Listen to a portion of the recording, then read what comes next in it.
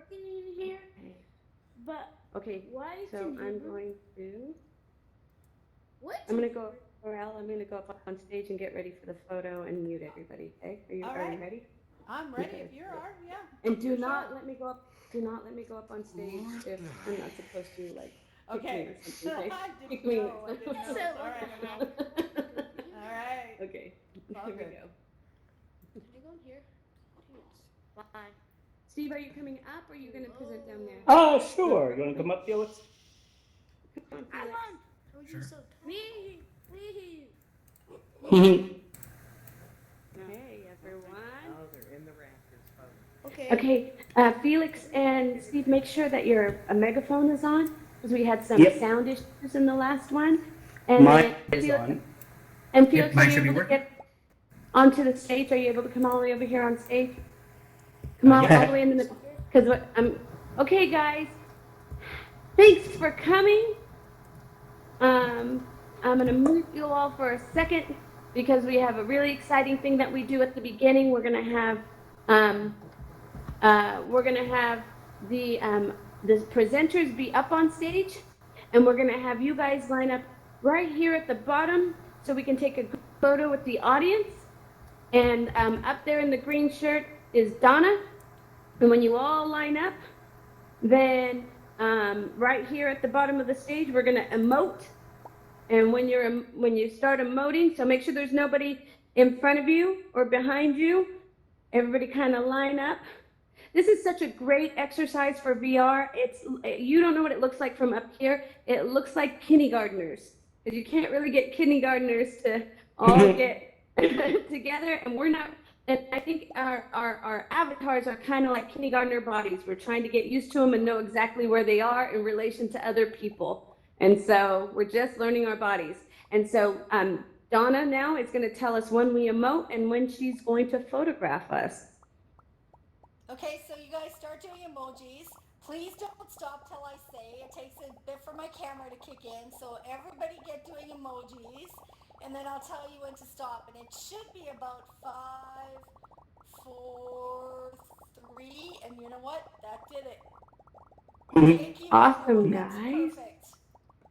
All right. That was awesome. So go ahead and make yourself comfortable in this really great environment. We are so happy to have Stephen Isaac with us today. All of us who have been in kind of gaming or virtual reality or any kind of content creation since for the last 10 years have dabbled in Minecraft in one way or another. It's just what we do. And so I'm going to I just want to check filming is a go. Do I got a thumbs up? Okay, hearts means yes. Then I'm going to get off the stage and let you guys add it. Here we go. Go ahead. Thank you. So, well, we're excited to be here, and I'm so excited to see so many people. I love this like lounge environment. Feel free to have a comfy seat on the couch if you'd like, or hang out up on the balcony. Even play a video game up there if you'd like. Um, so, my name is Steve Isaacs. I teach game design and development at William Annan Middle School in Basking Ridge, New Jersey, and I've taught there game design for like maybe 15 years, and I've forever also wanted to get the course up to our high school, Ridge High School. And this was the first year that I was able to also get the course to the high school. So I'm super excited. And one of the really nice things that's come out of that is that some of my former students I've gotten to see again and work with again. And Felix is one of those. I had Felix in my 8th grade class at the middle school. And now Felix is a graduating senior, about to go to Northeastern, hopefully I believe studying computer science. So, from a teacher lens, I'm very proud and excited. And Felix has been an amazing student. I remembered, the work he did in 8th grade, and when I saw him on my class list in high school, I was excited that I get to see Felix again before he graduates. And he did not disappoint this semester as he's been really doing amazing work. In fact, this is even the second time we've gotten to present together. And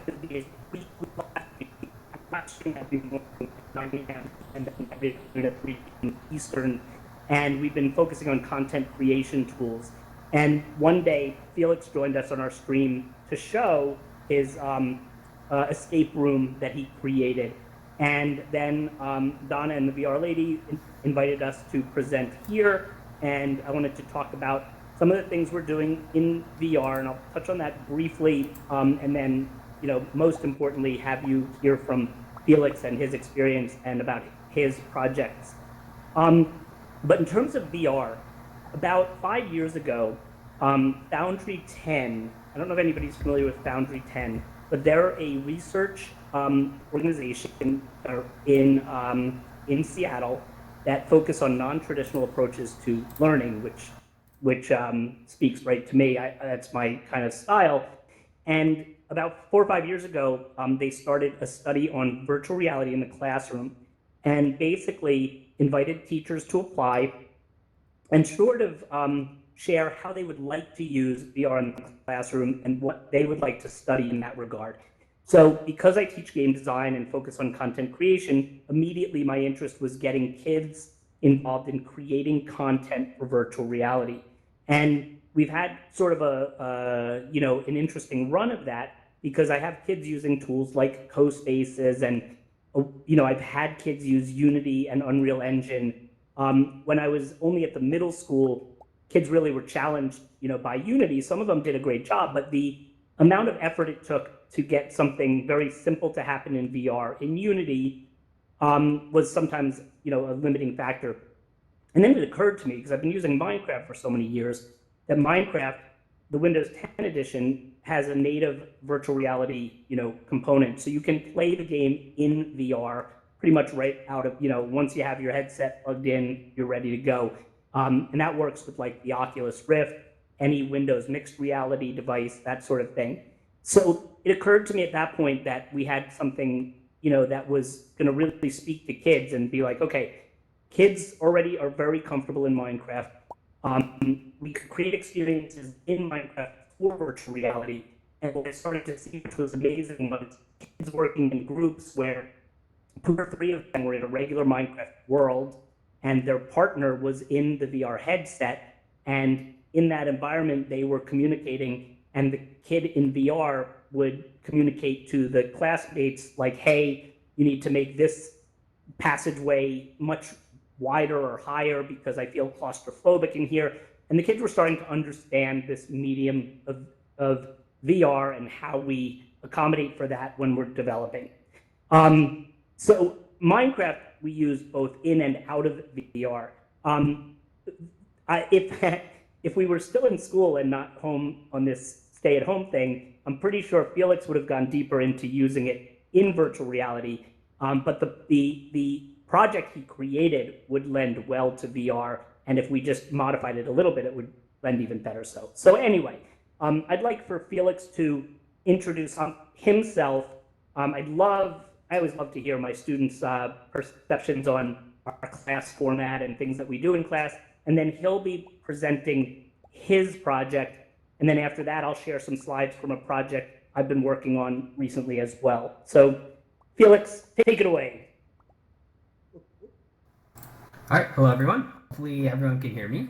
Well, I'm Felix, and as Mr. Isaac has said, I've been in his class for 8th grade and now in senior year. So in his classes, there's a lot of variety. There's a lot of he gives us a bunch of different activities we could do. We're never forced to go through one linear path to get a grade. And so that leaves us with a lot of options. We can choose what you want to do, and that really lets our creativity flow and then leads to a lot of really good projects such as this one. So right now, I'm just going to present to you one of the projects that I did in Minecraft. And Minecraft is such a good tool for content creation and in VR, especially since it's already its own engine. You don't really need to learn anything, especially if you've already been experiencing Minecraft, playing it your whole life. And so it really just allows people to immediately use their ideas and use their creativity to just create what they want. So we're just going to go through this slide. Gives a step-by-step process of an escape room I made. And this escape room just goes through a couple of puzzles in order to get out of this room that you find yourself trapped in. So once I get this to work,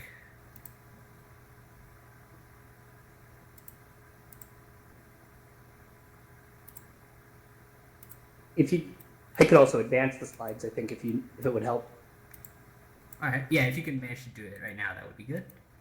Okay, let's see. There we go.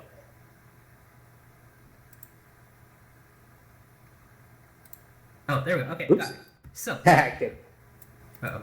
So basically, the whole escape room is found in a Minecraft server that Mr. Isaacs made, and the server is really cool because we have like a lot of these spheres where students can make their projects inside, and then we can travel through all these different things, see what's in them. And mine is made out of sea lanterns over this giant ocean, and there's just a nice sign saying "escape" that lets you know it's an escape room. There we go.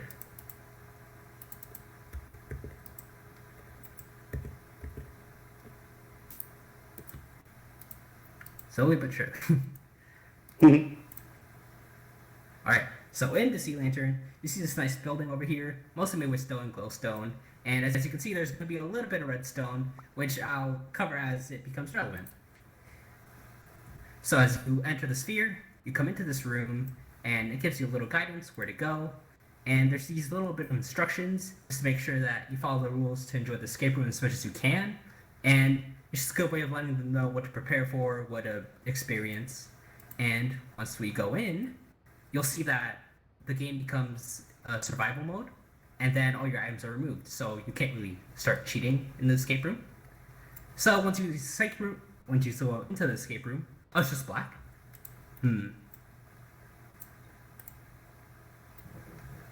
Hopefully, I don't know if anyone has any trouble seeing the images. Yeah, no, we're seeing them. Alright, so Or I am. once you enter the escape room, you'll be able to see three different things in each wall. There's this weird library thing with an iron door and a chest. There's this slightly open wall that might lead somewhere. There's this set of mine carts, the mine track, kind of behind a wall of glass. And then there's this little button here if you want to leave the escape room because you find it too challenging or you want to give up. So there's basically 3 puzzles, and you got to go through them in that order in order to escape. So for the first one, you would go to the wall with all these bookcases, and you see this little sign, and it has the riddle, what goes up but never comes down.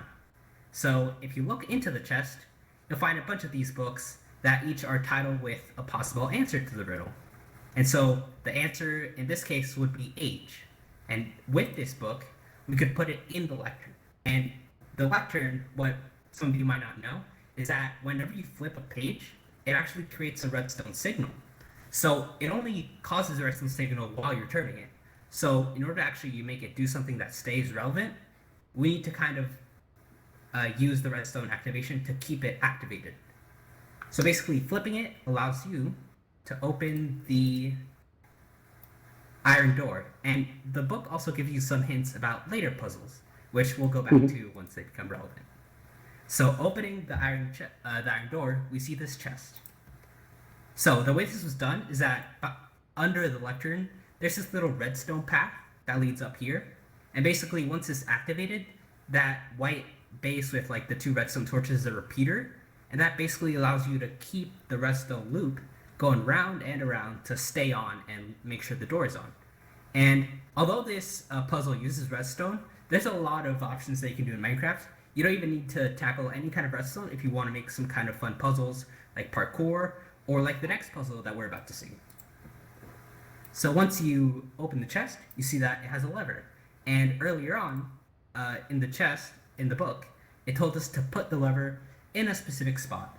And so once you find that spot, you can flip it and the door will open. Unfortunately, you're not done just yet. You have to go through, but then there's another wall blocking your path. And the signs kind of point you to the next puzzle. And this puzzle uses a lot less redstone and relies a lot more on just minecarts and mine tracks. Oh, so the door that was used to like block the initial way is just done with a bunch of pistons that are activated thanks to redstone torch.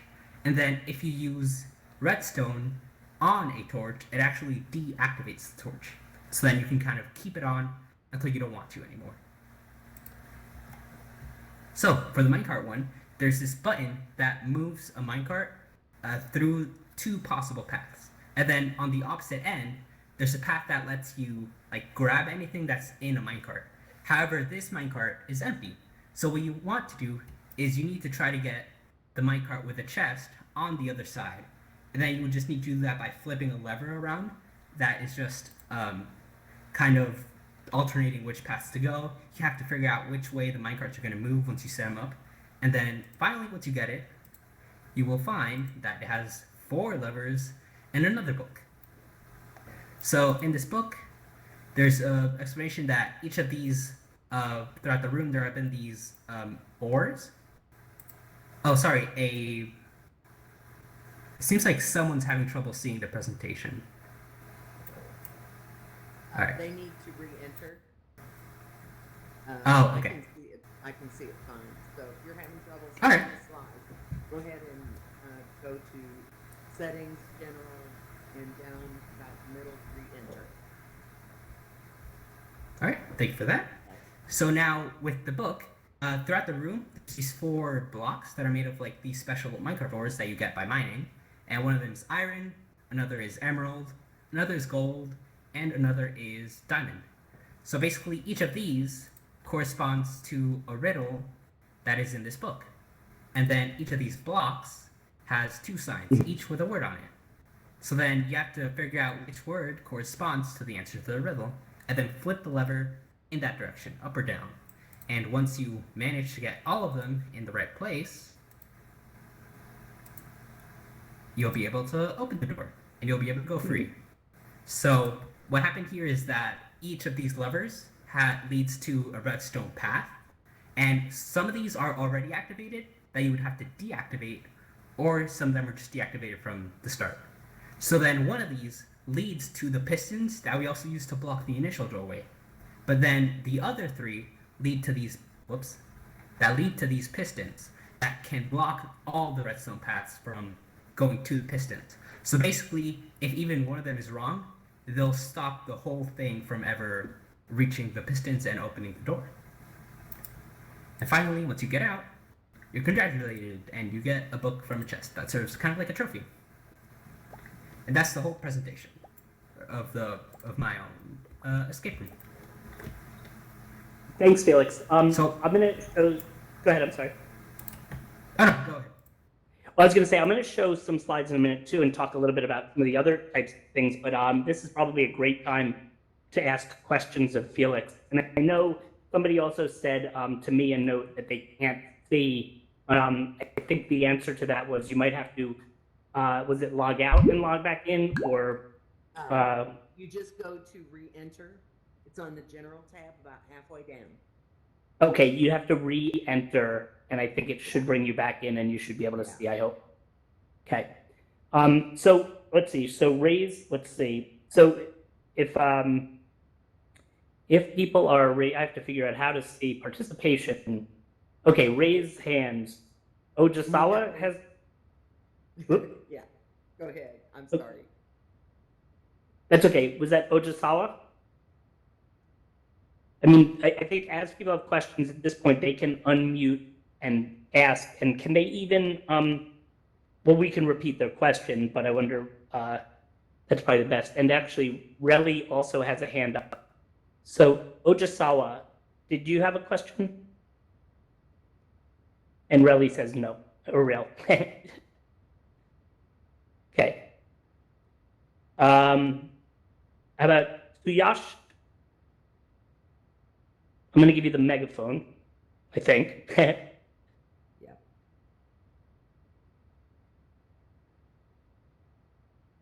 Sujas Banerjee?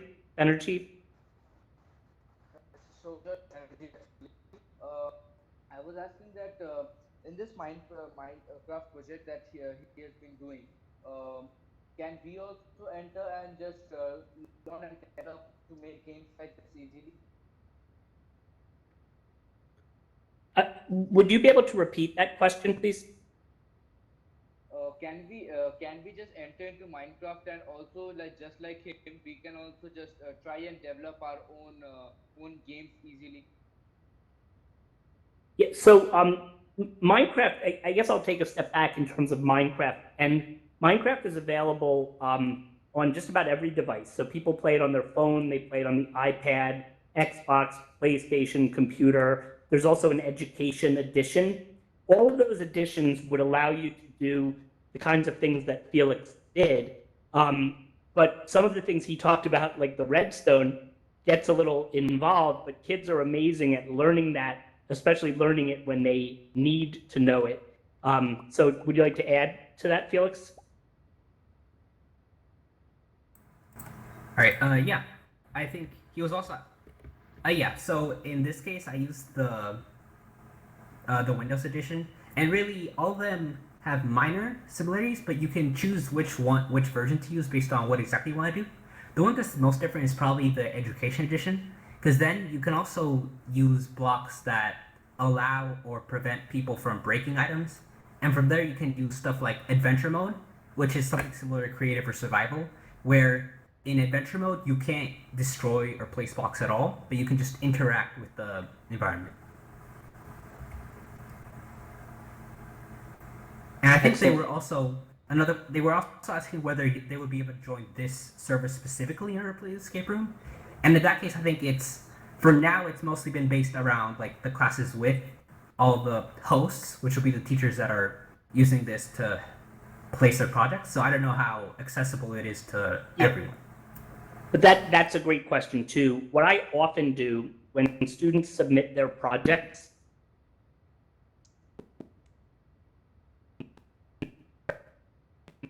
share them out. So I have some resources like I use Wakelet, and in Wakelet, I share a lot of the student projects. And my students typically write blog post reflections to talk about their project. So when it's one that I can also actually link you to the download for that project, I will do that. So if you follow me on Twitter, you'll definitely have easy access to contact me, but also to see a lot of the shared student work, because I share student work all the time, and it's at Mr._Isaacs, which is probably what my display name is here, Mr._Isaacs on Twitter. I love to share student work. I love to talk about Minecraft and other tools that we're using. So please feel free to reach out. And I have another question if there's time. Yes, absolutely. So I would like to know, what were the biggest challenges? What were the things that got in your way, and how did you solve them? That's a great question. That's for you, Felix. All right. So some of the biggest challenges, I'd say there were we could simplify it to two main things. First, what kind of puzzles I would do in an escape room in Minecraft, and what mechanics I could use that are already in the game, and also how to automate the whole thing. So first of all, how to make all the puzzle ideas. So basically, before we were making this whole project, we had to kind of brainstorm. We were supposed to make a mini game, and there's a lot of options we could choose from that. And so during this time, I was playing this mobile game called The Room, which is basically this puzzle game that has you escaping from rooms. So that kind of inspired me to make an escape room. So then from there, I kind of started thinking, what could I use to make puzzles in Minecraft? What could I use? So the things that came to mind were things like redstone, because I've dabbled in it for a bit, so I can kind of create ways to open doorways and make stuff happen with redstone. So although there's a lot of options you could choose, I mostly stuck with things like riddles, redstone, and minecarts. So for the first puzzle, basically opening doors, grabbing the levers. Minecart interactions was something I learned during this project, and I just had to figure out how to make it so that the player would be able to go on the minecarts or break the game in any way. And finally, with the 4 levers, it was a matter of figuring out how to path those. And for the second point, how to automate the whole thing. So basically, whenever a player would leave the room, in order to allow other people to do the room right after them, I'd kind of have to reset everything, right? Because if there was nothing to do that, then whenever someone went in here, they'd just find the puzzle solved, the room open, and that wouldn't be that much fun.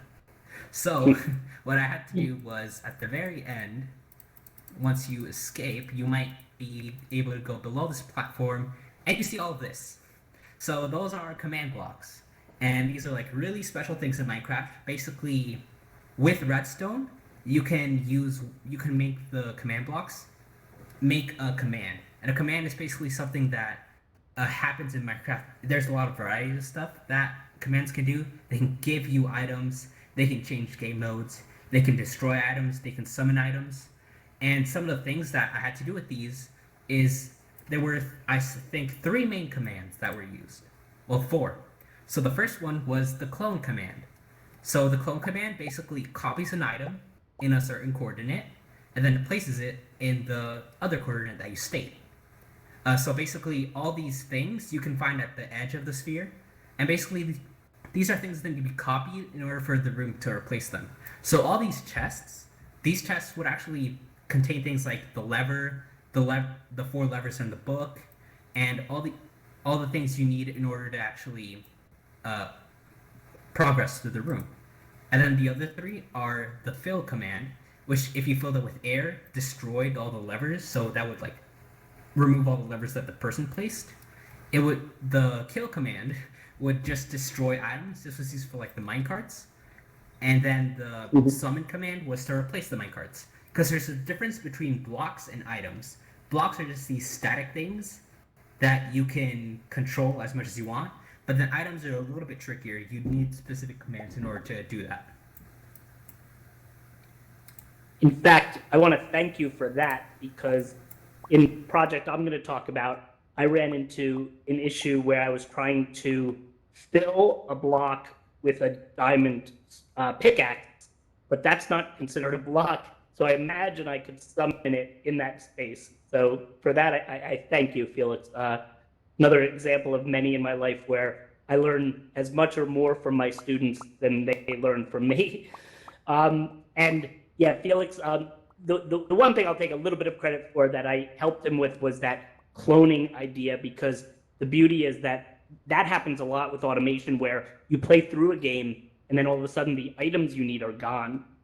Especially when there's a chest and you take something out of a chest and then it's no longer there. So all of that stuff he did with those command blocks is rather tedious, but very important, because at the end of the game, it resets and replaces everything. So I'll talk a little bit about what we've been doing this week during our morning live stream.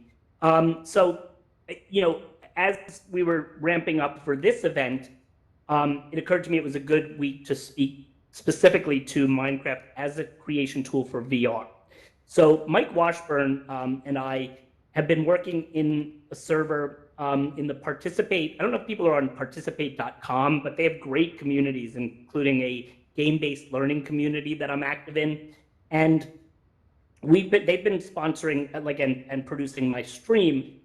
We made a big roller coaster, which is also a great activity for virtual reality, because the first time I got into a headset with Minecraft, I was in a rail cart, and it was the first time as I'm sitting in a rail cart looking around, I'm realizing Minecraft in or out of VR is completely immersive.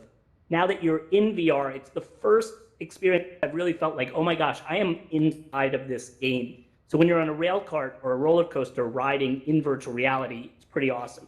So we decided this week that we were gonna, similar to Felix, create an escape room, but we were specifically gonna do it for VR. And if you've watched the stream at all, there are points where I'm in the headset and I'm in VR and Mike's still building and I'm making suggestions. This is one little example, but this hallway or stairwell that leads into our escape room was narrower and shorter than this originally. So my big suggestion to Mike was that it had to be blown out a little bit, because the one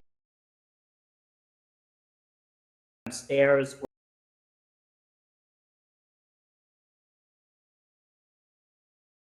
and really feeling claustrophobic, but when the spaces are grand, you can really enjoy what Minecraft has to offer. So the idea also of when you're in the headset, like when I was taking this picture in the headset and I'm like looking around the whole world, I mean, you could kind of imagine what it's like in virtual reality as well.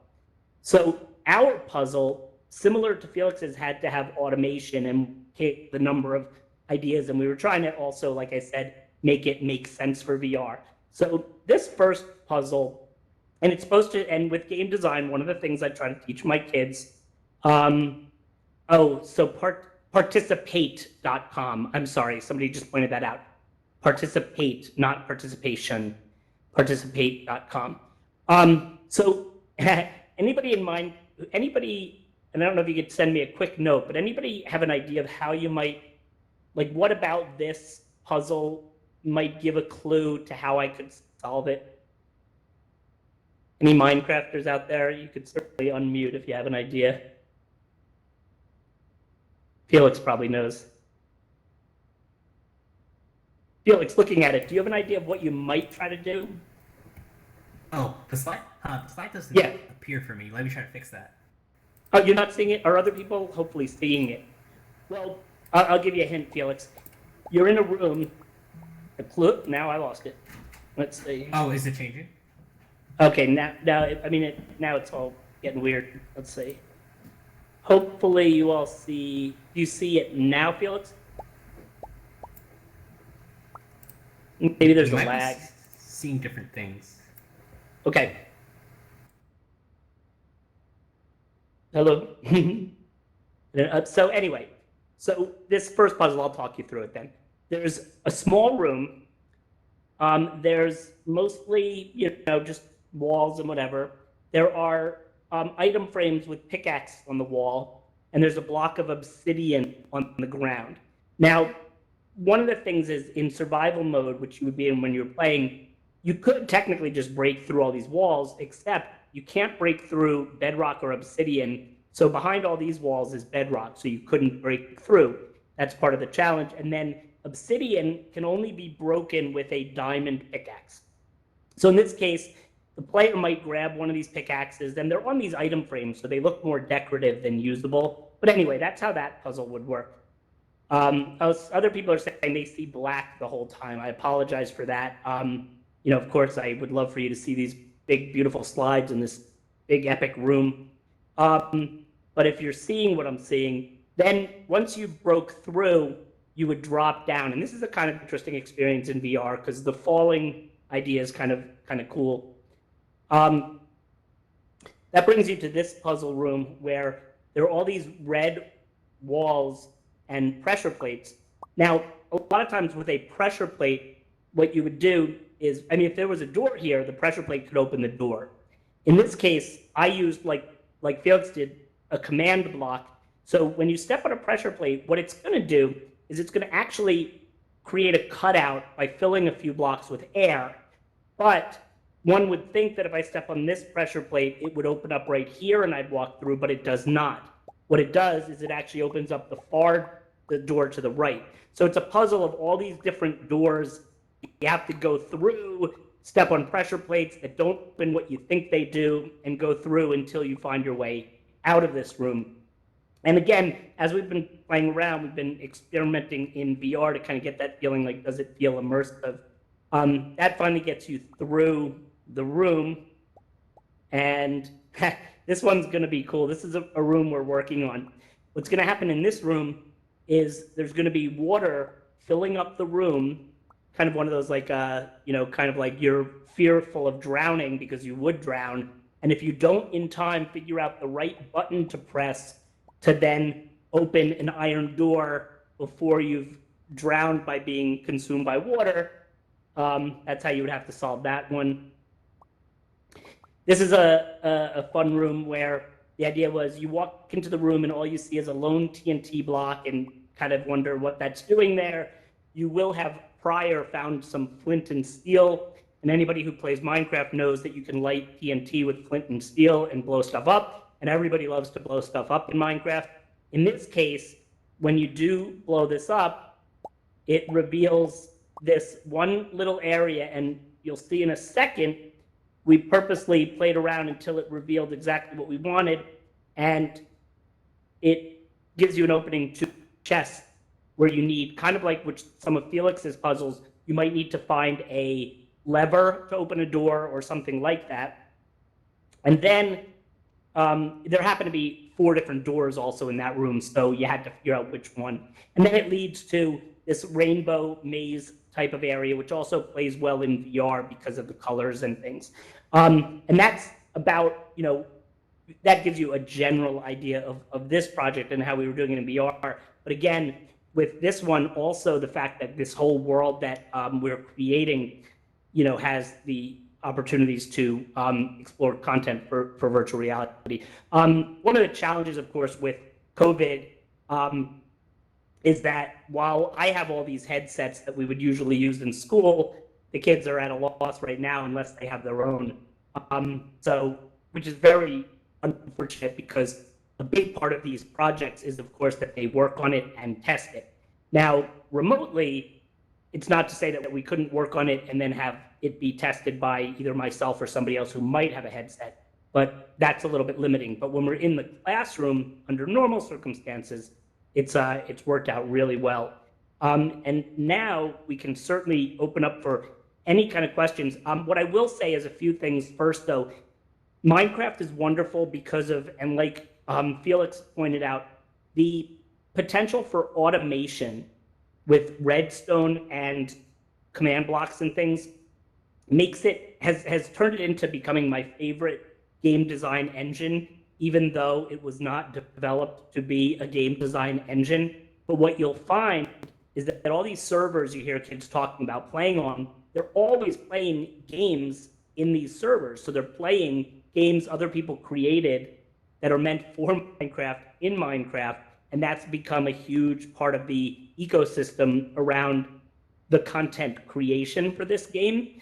And it really Steve, pushes kids. Yes. Steve, this is really fascinating, and I don't want you to stop talking because I love Minecraft, but they can't see the slides, and so I think you've moved on from referencing them. I could see them. Some people could and some people couldn't, and we were going to refresh the room. But I think you've moved on from slides now, right? I have, we're not yes. going to be referencing the slides anymore. I just wanted to let the audience know the slides were awesome. And what I think you're getting to now is I think the something else that's really fascinating, which is you using the tool for they're working now, but they were changing then. So of course, right? Because we all use emerging tech, and when you want it to work, it's not going to work. And but I want you to keep talking. We're not going to reference the slides anymore because it's being hosted, and we don't have to reset the room. If you want to keep talking about exactly what you were just talking about, which is you're using it as a tool, not like a book or something, but as a go on. I'm sorry, I just wanted to let you absolutely. know that. And in fact, maybe you're able to share the published slides so people could look at them afterwards. Also. We definitely can. Okay. And I wanted to ask you, if you don't mind, I wanted to ask you guys just a few questions about this. Felix, it really seems like you had a great teacher and you have this enormous knowledge set about what you're doing. And it's obvious because you've had a great teacher, but you don't seem to be expressing what you've learned in the rote recitation, vomiting back knowledge to the teacher that all of us had to do, which is I'm going to tell you something, then you tell it to me exactly back this exact same way, and then I check a box and say, okay, you learned something. Could you talk a little bit about how learning is different, because you're actually creating stuff and you're actually coming up with, and I can tell, Steve talked about it a lot, like figure this out. There may be more than one solution. There may be a solution I don't know, and Felix teaches me, right? So can you tell me what it's like to be a student and with your teacher, and how that's more creative than it is just the kind of learning that you could have in other of your classes? Because I think that's what your teacher was getting to. Could you speak to that a little bit? Absolutely. So, we're really lucky to be living in this age, especially with teachers such as Mr. Isaacs, and just technology advancing and giving us opportunities to use things like Minecraft Education Edition. All these things have really allowed us to open up how we teach, how we learn. It opens up a lot of variety. And so a lot of things, not even just in game design, things like robotics, things like engineering, we've been doing all these projects where you create stuff, and rather than trying to memorize a lot of things and then recite it back, fill in tests, and get a good grade, we're trying to create things and try to express ourselves and try to figure out what it is we want to do, what we want to create. And that really helps us to maintain our interest in learning and to help us cooperate with each other, cooperate with our teachers, our school, and hopefully keep us connected even during times like this where it's a lot harder to see each other in person. Well, then I would follow that up with a question for Steve, which is, what is the most exciting and the most frightening part of teaching the way that you teach? That's a great question. So when I first started using Minecraft in particular, I had to completely let go of this idea that I was the one who had the knowledge. Like I was no longer the keeper of the knowledge. I realized very quickly my students knew more about the tool than I did. But then what that opened up for me was a few things. It made me realize, for one, when I first assigned creating a game in Minecraft, I had this big idea, like I'll have kids create an adventure map that did this and did that. And talking to somebody made me realize and refine that very much to say, create a game in Minecraft and allow kids to decide what that meant to them. What I do, I have realized that my strength in the classroom is that I can guide the kids through that process. I know enough about things like design documents that kids might not think to do on their own, that I will guide them through that. And then guiding them through the time management process. That's the best thing I could do for them, is to do that, but let them take ownership of the learning. And in a case like this, where, like Felix had ideas for his escape room. Now, if I was taking that old approach of like, I'm going to teach you things, everybody would have learned in Minecraft X, Y, Z, and everybody would have applied X, Y, and Z in their project, and I would have ended up with, 100 projects that were almost the same. Now, it's not like that. So I know a little bit about command blocks, so I can teach the basics of how to use a command block, but when Felix decides he wants his command block to do something in particular, he might have to go out and figure that out. And the funny reality about Minecraft, there was no instruction manual. All of the content out there is created by users. So kids have been learning this way with or without us the whole time they've been playing Minecraft. So why not embrace that in school? So the most exciting, go ahead. I often say we need to get out of their way. Exactly. Yeah. Oh. The most exciting thing for me is that I sit down sometimes, a kid has a problem and asks for help, and I might start sweating a little because I know sitting down I don't know the answer. I might know how to work with a child to figure it out together, and that's exciting to me. So I have one more question for you, and then when you're done, pass it off to Felix. And so my question for you, because I imagine you have a teaching credential, Steve, or? yes. Okay, so my question for you is, what did your School of Education or your higher ed learning teach you wrong about being a teacher? And then when you're done, could you pass it off to Felix so Felix can answer what public school has taught him wrong about learning? Sure. Okay. So, yeah, absolutely. So for starters, my actual initial certification was in special education. I taught a self-contained special education class for my first 6 years of teaching. I happened to be in a science and technology magnet school, so I learned on my own that technology ended up being a great way to personalize learning for my students. Then I just got excited about games and game design. Well, I've always been excited about games. So I learned most everything on my own, which also taught me, how I was learning when I was learning on my own. So the idea, well, and I haven't used a textbook in years. So the idea of following a prescriptive approach to education, following, a prescribed curriculum, all that kind of stuff is what didn't work for me until I did decide to really empower kids in their learning. I think that's the best way to put it. And that's been, that was a big shift for me, for sure. And Felix, is every teacher like Mr. Isaacs? What would you say is what obviously we know what he does right. How does public education keep you from learning? I guess it definitely depends on the teacher. There's just a lot of different teachers with all different mindsets, and based on how much control they want to give to the students is important.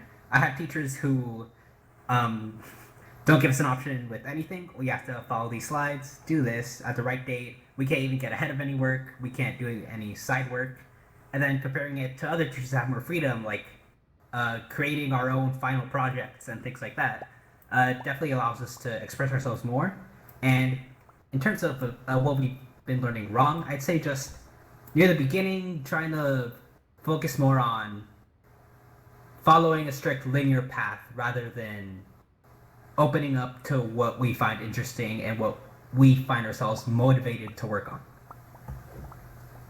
I find that students, especially young students, realize that their life path will not be linear. And so teaching them a skill set to think linearly. It used to be that our grandpa started working at the electric company and he retired from the electric company. And that was a very linear, easy path to follow. But our world is a lot more what I call dynamic. We don't live in a static world, we live in a dynamic world. And so our skill sets have to be dynamic.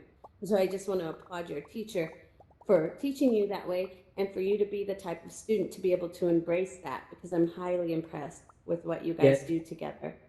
And I Felix, think, I'm sorry, I was going to say Felix completely embraces that. So there are some students who still kind of maybe struggle with that approach because it's not school as they know it or are used to playing school.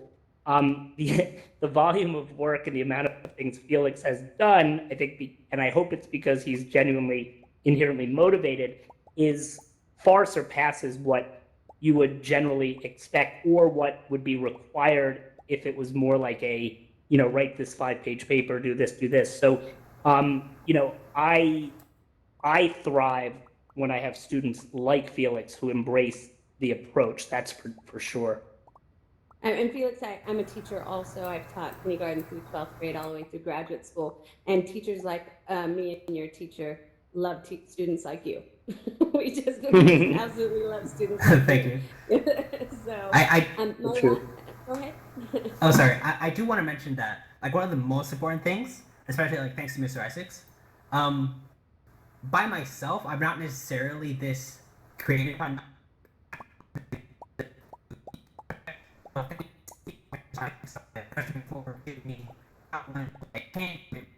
Helps me like inspire myself to do these things, especially like in 8th grade. Back in 8th grade, I was pretty much one of those students who like, oh, I don't want to do this different. I want to follow this linear path.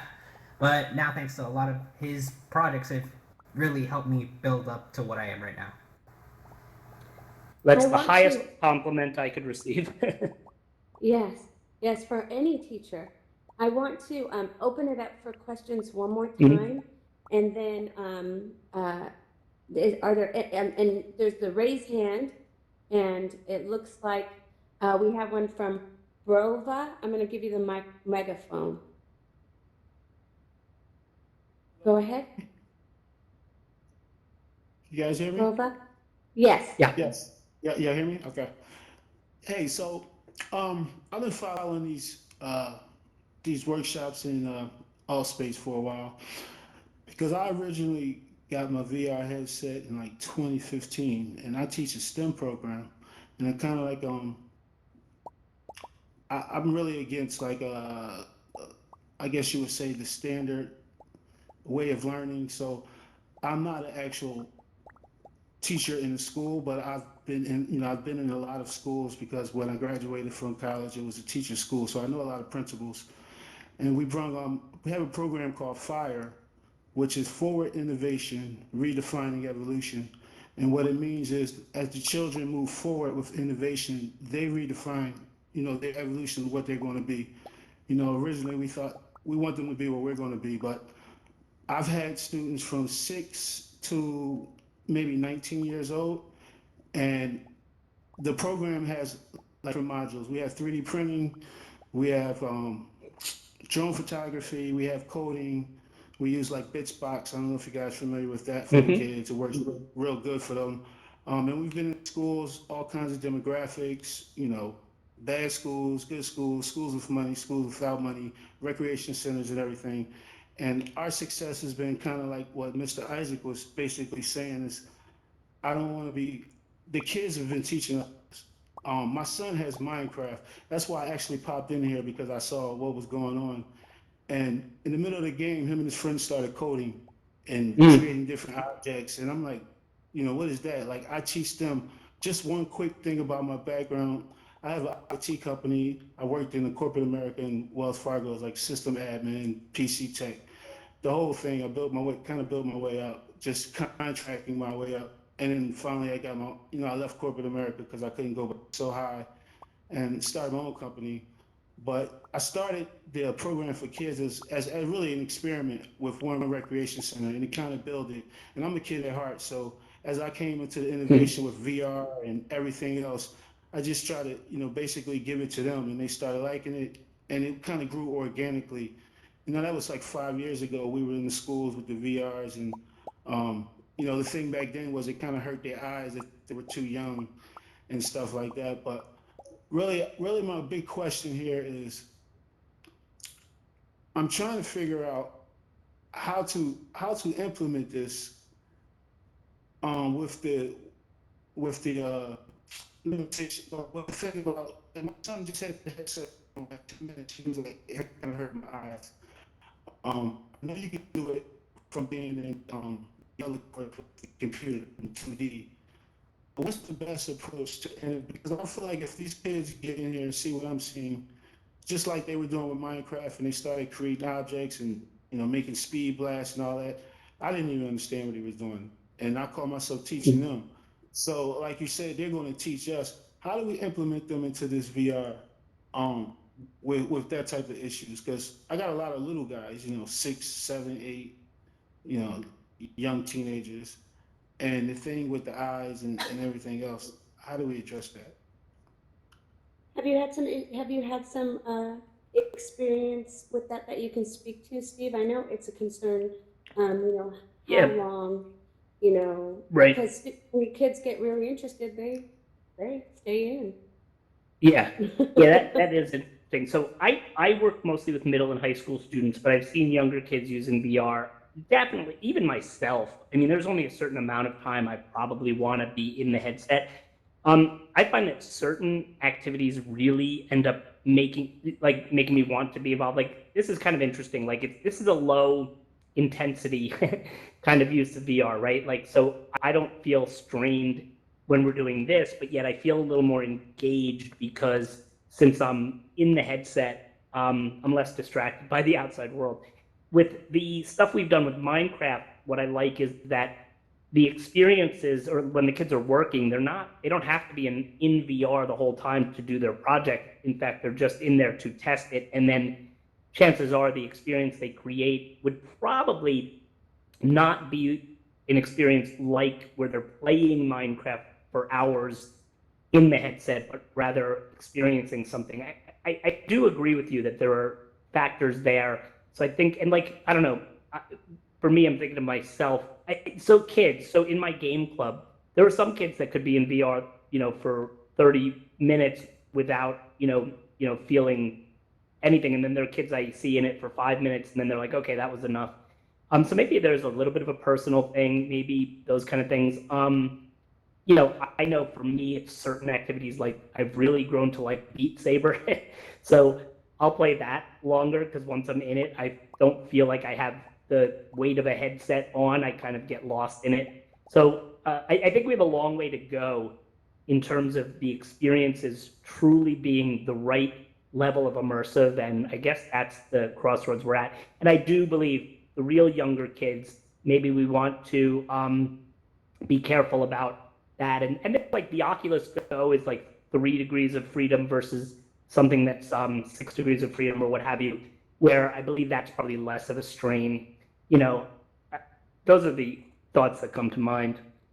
I often talk to parents and administrators and teachers about learning about moderation, not moderation with VR, not moderation with the television, not moderation with the media, just moderation.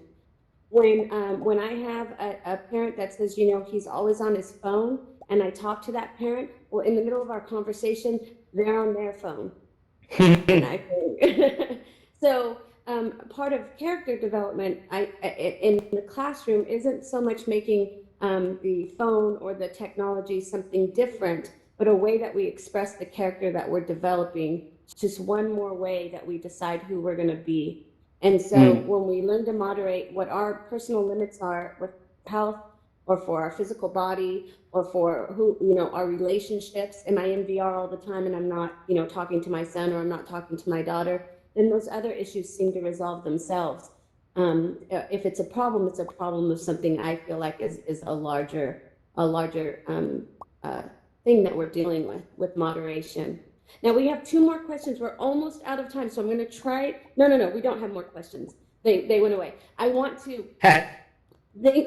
I thought we had 2 more people asking questions, but that was a great question. I applaud the work that you're doing with your community group. I think that I'm going to use these last few minutes to let a little bit of socialization happen, because I think there's probably more people like you in the audience that want to talk personally to the student and the teacher. I do want to promote, though, in a half an hour, we have the most amazing interview with Buddy. Buddy's 14 years old from Savannah, Georgia. They call him the young David Letterman of interviewers. He has, if you have a chance Saturday nights, go to Late Night with Buddy right here in AltSpace. He will be interviewing the grandfather of VR, Tom Furness. If you've never met him, you remember Jurassic Park, where it says, "Welcome to Jurassic Park." That's exactly what he looks like in real life. That's what his avatar looks like, Tom Furness. Awesome man. And so I'm going to let you guys, I'm going to unmute everybody and make sure that you guys can engage for a little while, but you have to promise me, no matter how interesting they are, because this is 2 very interesting people, you guys will make it over to the keynote. You make sure that everybody gets over there. Okay, Steve? Okay, Isaac? Yes, All yes, right? yes. Okay, I'm going to unmute everybody, and a round of applause for these amazing, which one's the teacher, which one's the student? We don't know. It's hard to tell. All right. And I'm going to unmute you guys and socialize. Just make sure you come and see Buddy. Okay. I'm going to go run ahead. Okay. And thank you guys so much. So awesome. Thank you. So awesome. Thank you for having us. Thanks. All right. And